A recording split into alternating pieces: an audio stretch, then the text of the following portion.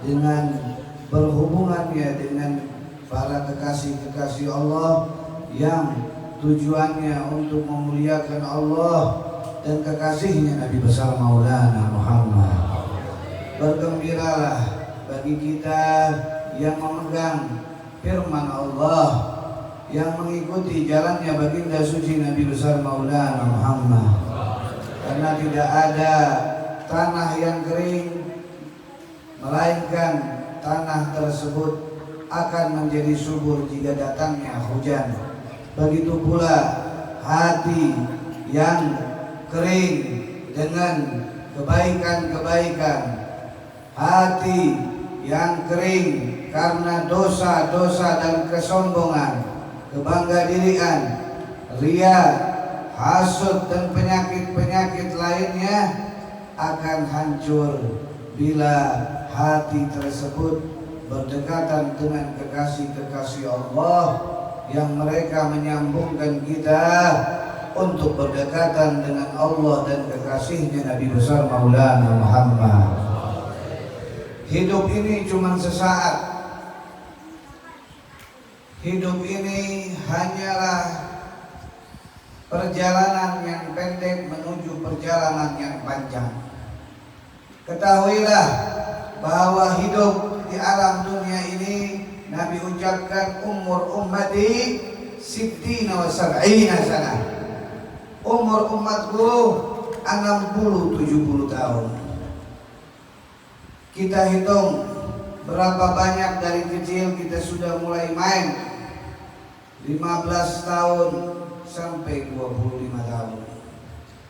Selanjutnya kita mulai berkeluarga. Selanjutnya kita sudah mulai memiliki keturunan. Mulailah tumbuh pada diri kita uban. Mulailah datang penyakit-penyakit pada tubuh kita.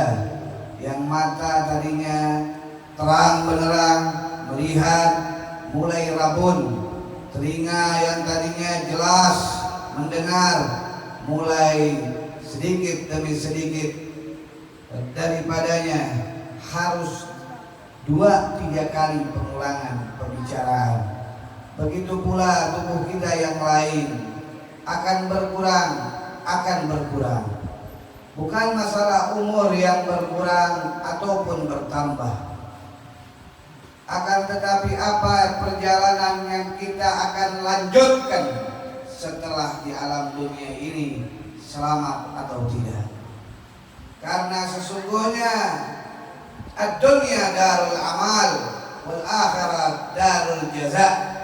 Dunia ini tempatnya kerja untuk amal baik, sehingga nanti di akhirat tempatnya pembalasan. Yang mana pembalasan tersebut dikarenakan kebaikan-kebaikan kita di alam dunia, melawan syaitan, melawan iblis, melawan hawa nafsu, yang mana kita istiqamah mengikuti langkah Nabi besar Maulana Muhammad. Setiap perbuatan di dunia ini tidak lepas dari 2 penjagaan kekasih Allah, hamba Allah, yaitu para malaikat-malaikatnya yang mulia, yaitu atid dan raqib. Maka tidak ada sedikit pun amal kita ataupun satu huruf yang kita keluarkan, melainkan mereka mencatat apa-apa yang kita kerjakan.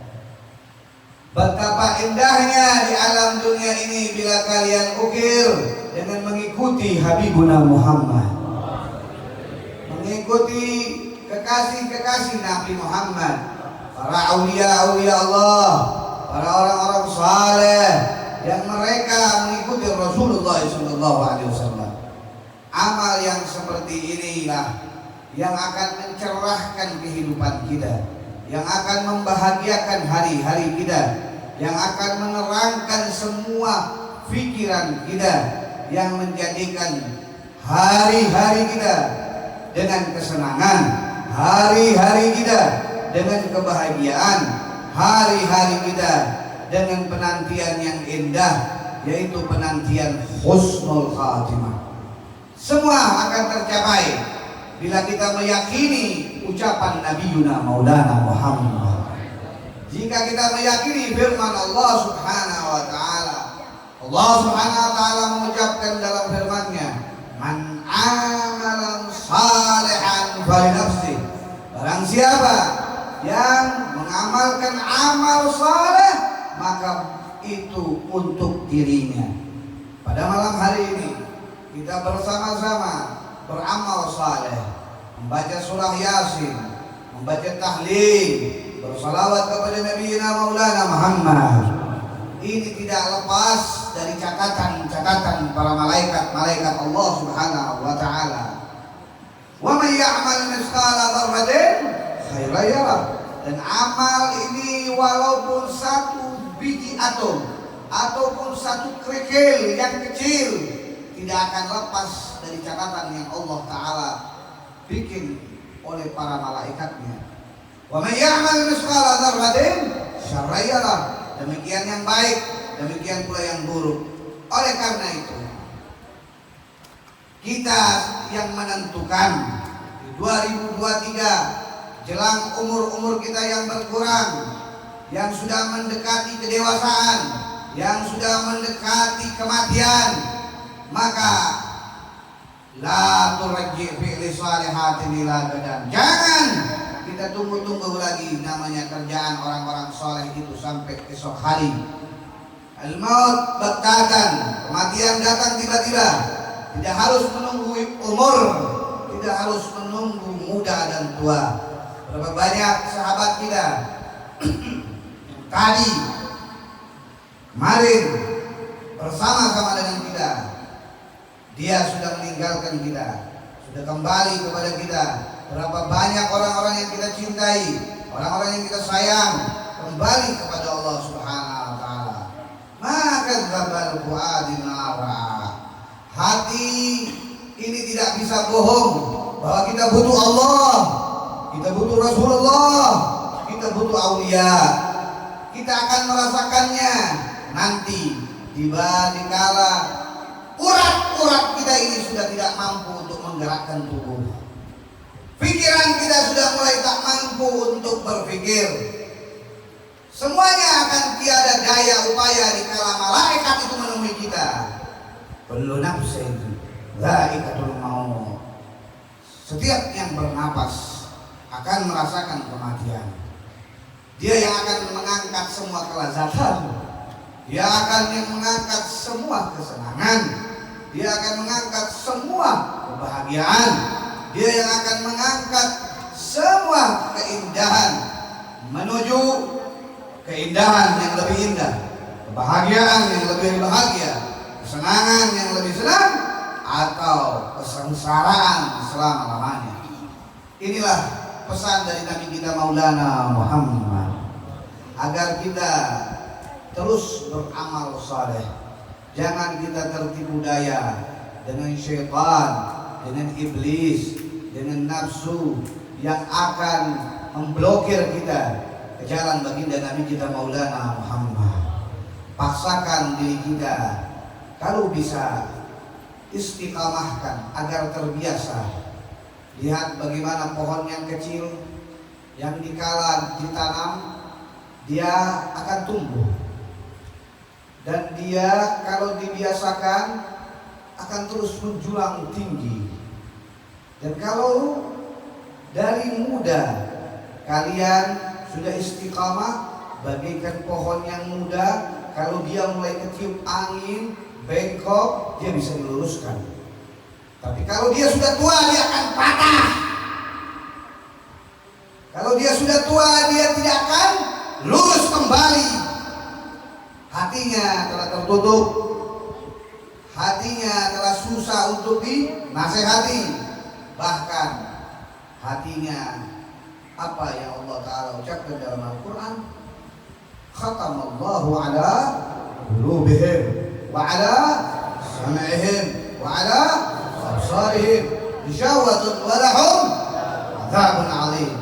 Bagaimana bila Allah telah menutup mata hati siapapun, tidak itu muda, tidak itu tua, kalau Allah sudah tutup, tidak akan lagi kebaikan itu, rahmat, taufik, hidayah masuk ke dalam hatinya. Kalau sudah tidak masuk ke dalam hatinya, maka tertutup telinganya dari kebaikan, tertutup matanya dari kebaikan, tertutup geraknya dari kebaikan, tertutup pikirannya dari kebaikan, tertutup semua kebaikan, maka tinggallah dia menunggu azab yang pedih dari Allah Subhanahu wa taala. Na'udzubillah min dzalik. Tidak akan kita bahagia bila kita tidak mengikuti Nabi besar Maulana Muhammad. Dunia ini yang kita tempati adalah kenikmatan yang sementara. Kamu yang memiliki kenikmatan dunia, tidak itu rumah yang mewah, mobil yang bagus, harta yang berlimpah ruah, apapun bentuknya, maka sesungguhnya itu tidak akan dibawa ke dalam kubur.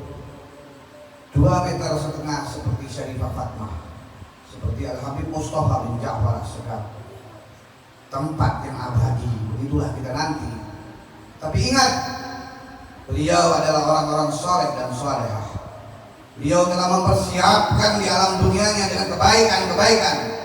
Syarifah Fatmah hidupnya selalu bersedekah. Syarifah Fatmah hidupnya selalu bertahajud. Syarifah Fatmah hidupnya selalu membahagiakan orang lain. Syarifah Fatmah hidupnya tidak pernah lepas dari Al-Quran, dari tasbih, dari tahlil. Bahkan dikala anak-anaknya sedang menjalankan dakwah, walaupun dalam keadaan sakit yang keras, beliau selalu meminta kepada anak-anaknya untuk istiqomah hadir setiap malam minggu. Setiap malam-malam diadakan event akbar, hanya ingin mengucapkan salam pada Nabi besar Maulana Muhammad.